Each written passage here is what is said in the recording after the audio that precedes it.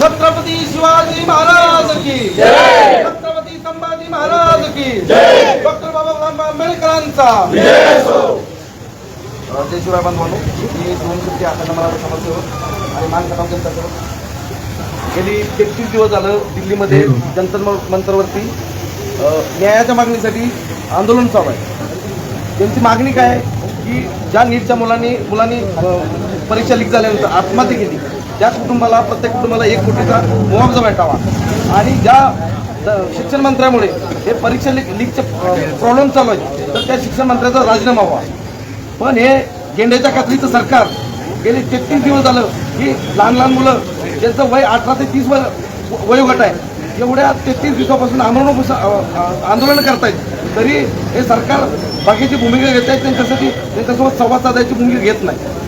आणि गेले 25 दिवस झालं सोनम वांगचूक हे आमरण उपोषणाला बसलेत आणि सरकार आतापर्यंत चर्चा करते त्यांच्यासोबत म्हणजे गेले 2-3 दिवसापासून. तर हे कुठंतरी चुकीचं आहे. या गेंड्याच्या कातडीच्या सरकारला या विद्यार्थ्यांचं काही घेणं देणं नाही, या युवकांचं काही घेणं देणं नाही.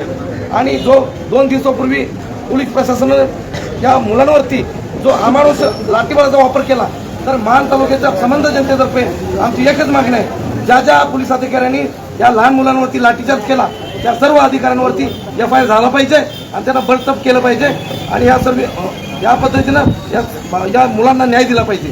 दुसरी गोष्ट, मोदी साहेब ज्या पद्धतीनं देश चालवत आहेत तर मोदी साहेबांना सांगणं एकच आहे की तुम्ही लवकरात लवकर या शिक्षण मंत्र्याचा राजीनामा घ्या, नसेल तर मान तालुका तुमच्या राजीनाम्याची मागणी करेल. त्याच्यानंतर मोदी साहेबांना एकच सांगणं आहे, मोदी साहेब हा देश तुमचा नाही, हा देश आमच्या सर्वांचा आहे. हा देश संविधानाने चालतो, हा देश संविधानामुळे टिकतो आणि सर्व प्रशासकीय अधिकारी म्हणजे मान तालुक्यातील असतील किंवा केंद्रापर्यंत सर्वांना माझं सांगणं आहे, तुझ्या भाव मंत्र्याच्या आमदाराच्या ऐकण्यात जर तुम्ही कुठल्या गोष्टी केल्या तर आम्ही पूर्ण जनता मान तालुक्याची परत रस्ते होतो. कारण गेली 2 महिन्यापूर्वी मी नगरपालिकेसमोर आमरण उपोषण केलं होतं. या अप्पर तहसीलदार मॅडमला आज माझं बोलणं विचार नाही की तुम्ही 2 महिने झालं मी तुम्हाला विचारतोय की मी 26 प्रश्न घेऊन उपोषणाला बसलो होतो, तुम्ही मिटिंग का लावली ना आतापर्यंत, जेवढे डिपार्टमेंट आहेत त्यांच्याकडे उत्तर आहे का विचारा.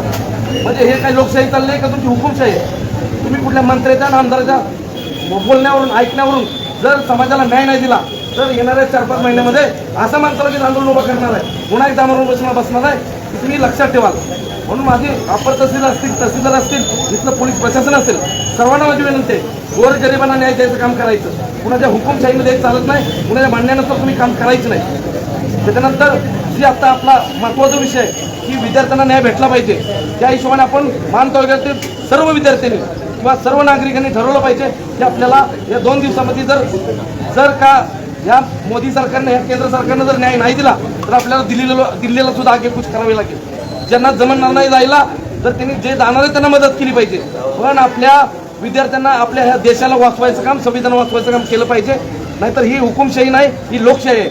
मोदी साहेब हुकुमशाहीसारखा देश चालवत आहेत, हे आम्हाला मान्य नाही. अगदी मान तालुक्यापासून पूर्ण देशाला, कुठल्याही नागरिकाला मान्य नाही. एवढंच बोलतो. जय शिवराय.